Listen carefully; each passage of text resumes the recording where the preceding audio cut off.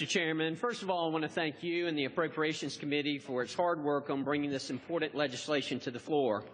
As you know, we've been working with your staff on an issue of great importance to the Port of Savannah, which services 40% of American consumers. Since 1940, the National Park Service has leased a small parcel of land on Coxborough Island within the Fort Pulaski National Monument to the Savannah bar pilots. The bar pilots help navigate large Savannah River Channel to the port and have done so from Coxborough Island since as far back as the 1730s. In 2011, at the request of the Park Service, Congress passed legislation to change the relationship between the bar pilots and the Park Service.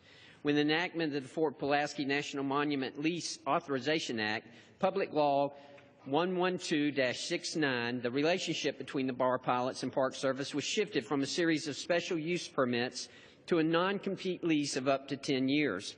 At the time of consideration of the legislation, the Congressional Budget Office estimated the annual lease fee for the bar pilots would be $25,000, a slight increase from their existing rate based on a 2008 appraisal conducted by the Park Service.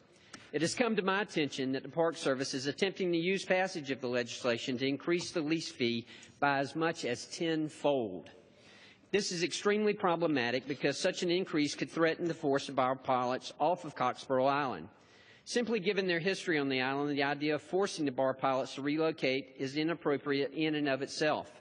However, this is more troubling when you realize that pilotage services are required by law, so vessels are required to use their services to move in and out of the Port of Savannah, and there is no other known location from which the pilots could operate more efficiently.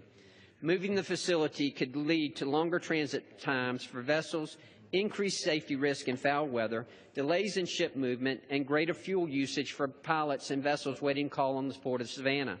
The resulting environmental and economic harm would significantly increase costs and could threaten growth to the Port of Savannah, just as the federal government embarks on the construction phase of the $706 million Savannah Harbor Expansion Project. The legislation passed in 2011 was intended to create a long-term fix to the permitting issue, not to create an outlet by which the National Park Service could continuously raise exorbitant levels. Mr. Chairman, I would request your support of our efforts to find an equitable and timely resolution to this matter that reflects Congress's intent and establishes a process for ensuring that the pilots are charged only fair market value in line with previous National Park Service appraisals, and that they are capable and that they are able to continue operating from their current location on Coxborough Island. I thank the gentleman from Georgia for bringing this matter to my attention. I share your concerns that this change would negatively impact the growth of the Port of Savannah just as work begins on its expansion project. I would note that in testimony before the Senate, National Park Service Associate Director Stephen Whitesell testified that the Savannah Pilots Program, I'll yield myself an additional 30 seconds, has operated with virtually no adverse impact on park resources, on the visitor experience, or on park operations. The legislation that passed at the request of the Park Service in 2011 was supposed to simply improve the legal basis through which the bar pilots and the Park Service entered into a contract. I'm committed to continuing to work with you to find an equitable and timely solution to this matter that ensures that Port Pulaski National Monument Lease Authorization Act is appropriately implemented and that the bar pilots are not forced to move from Coxborough Island.